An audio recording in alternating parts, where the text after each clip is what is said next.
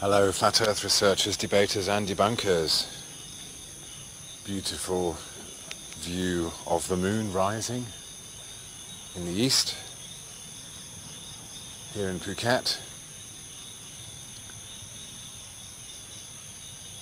I suppose the biggest stumbling block to realizing that we are not on a spinning ball earth, stuck here by the gravity we have been told is responsible for making everything move around, is the belief that men really have walked on the moon. So ingrained is it in our conscious and subconscious that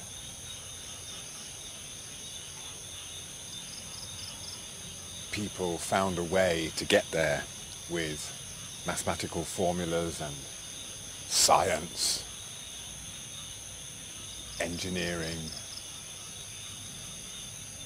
giving us the impression that we are or were at some kind of peak of scientific achievement.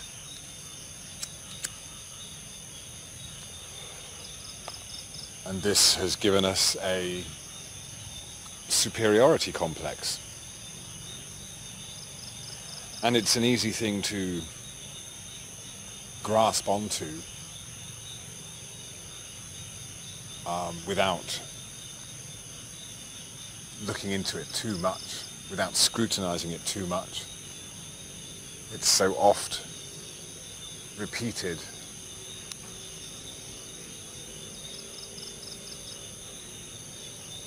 Much of it on a subliminal level, without it ever being questioned properly, looked into or researched. But it gives us this sense of security, I suppose, this sense of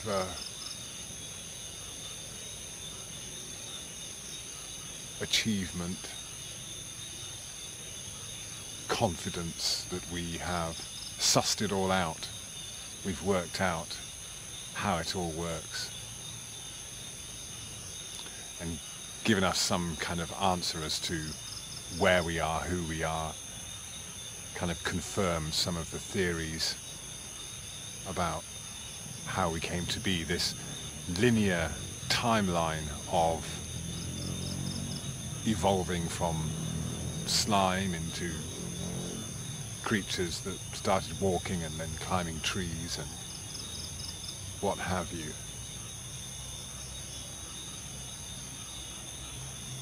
It's actually quite an egocentric view of how one came to be, even though we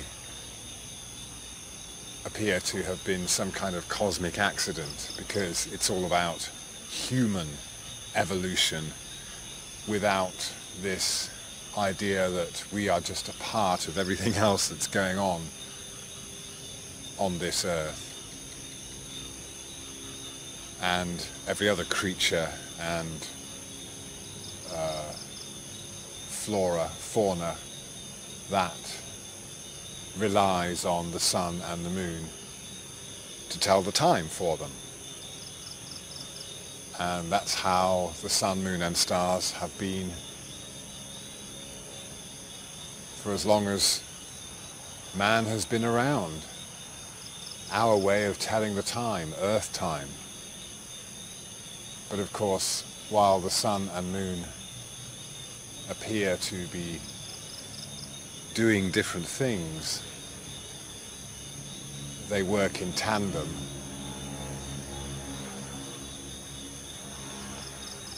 And give us the light of the day and the light of the night that we all need to tell the time. Earth time.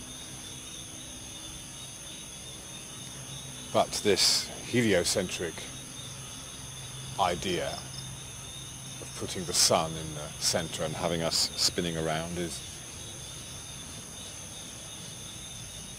in a way of telling time and trying to make that time a physical reality. But of course, even though we have a year made up of 365 odd days, we still can't round it off to make it actually fit the idea that we are on a ball spinning around the sun once a year. But when you really start looking at how the sun and the moon travel across the sky on a daily basis, or a weekly or monthly basis, or yearly basis, and you see the patterns, how they work independently at their own pace, but also work together to keep Earth time. And then it's quite easy to see how the Earth is a stationary incubator for life, just like any other incubator for young life. You would keep it in a safe, stable place, and you would adjust the light. So of course we start to think about intelligent design and it all having a purpose. Well, you can debate that until the cows come home, but what's for sure is the moon is a part of the big clock in the sky. Its job is to tell the time, month by month, day by day, throughout the month. How it does that remains a mystery, unless you believe that we went to the moon and landed on this rock because scientists were able to work out how it works, and then proved it by getting to the moon, planting flags and playing golf.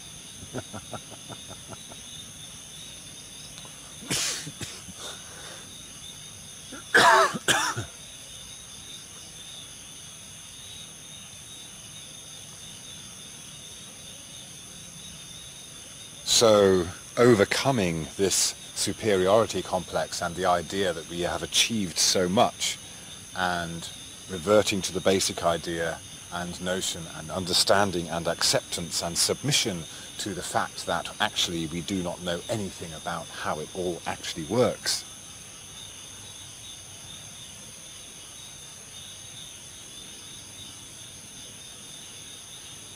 Well then,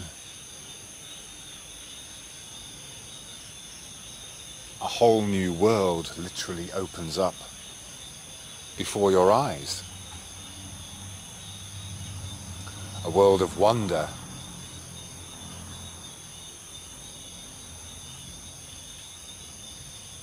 Freedom. Freedom from our spherical cage. It doesn't matter if you can go to the ends of the earth or not, or beyond what we know. The point is, you're free from this notion that we can somehow conquer nature, and so we then begin to accept what our senses and our eyes and our common sense and natural science tells us.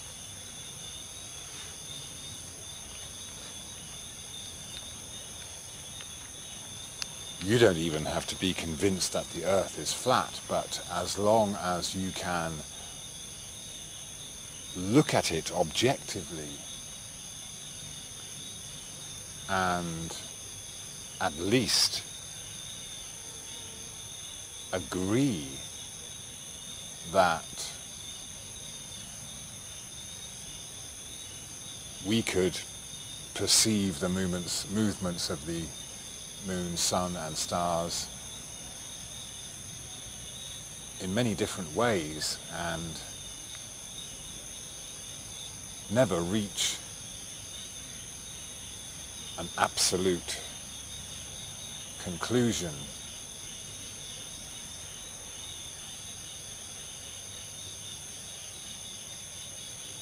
Then we understand the beauty, the complexity and the simplicity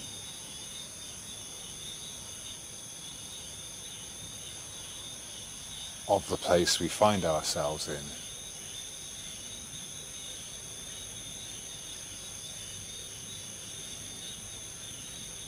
We understand that we may never really know how it works, but the why the sun, moon and stars are there becomes more significant to understanding the human condition.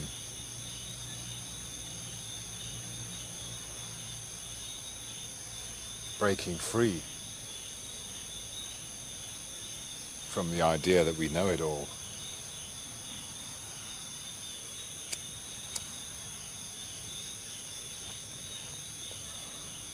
Breaking free from the idea of limited possibilities, from limited resources, from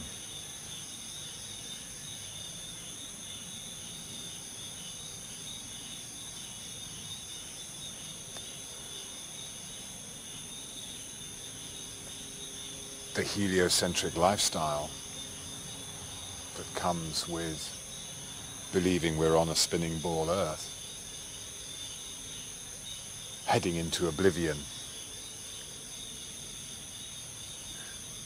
Sure, there is much wonder in looking at the stars and knowing what the stars are, when they will appear,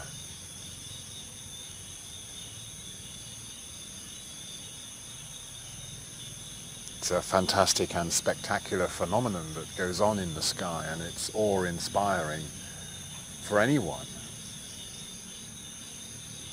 So astronomers can look at the stars and get to know them,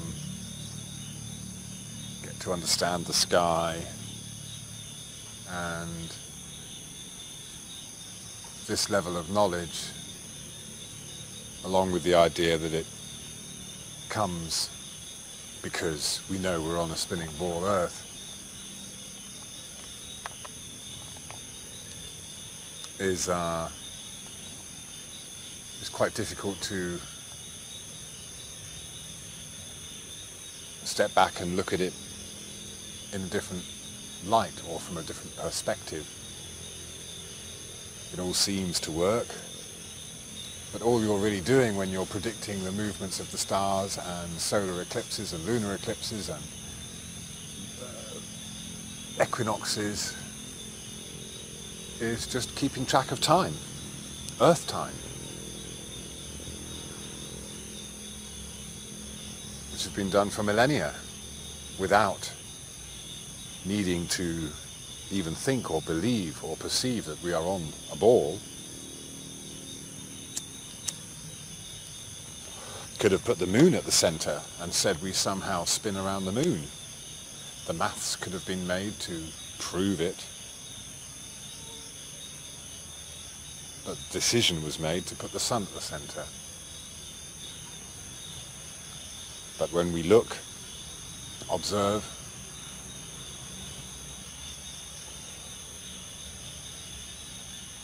test as much as we can, as far as we can, with our limited capabilities, while understanding that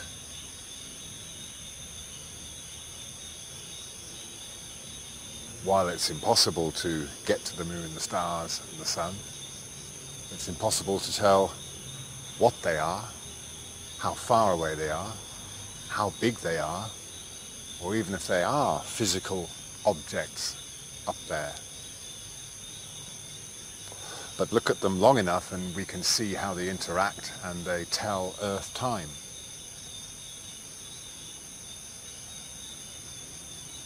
And we understand that this artificial construct of time has been created and pushed on us as a physical reality just by using geometry, the same way as we use geometry to make a circle on a clock and read time, tell the time, even though we cannot actually see it. A clock, a circular clock, gives us a way of telling the time and predicting events.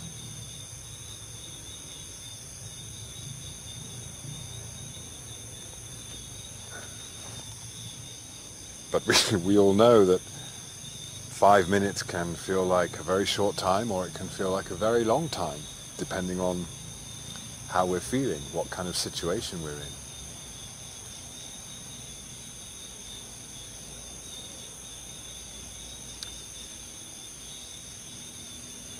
When it's 5 to 12, it might not be any closer to midday than it was at 6 o'clock in the morning.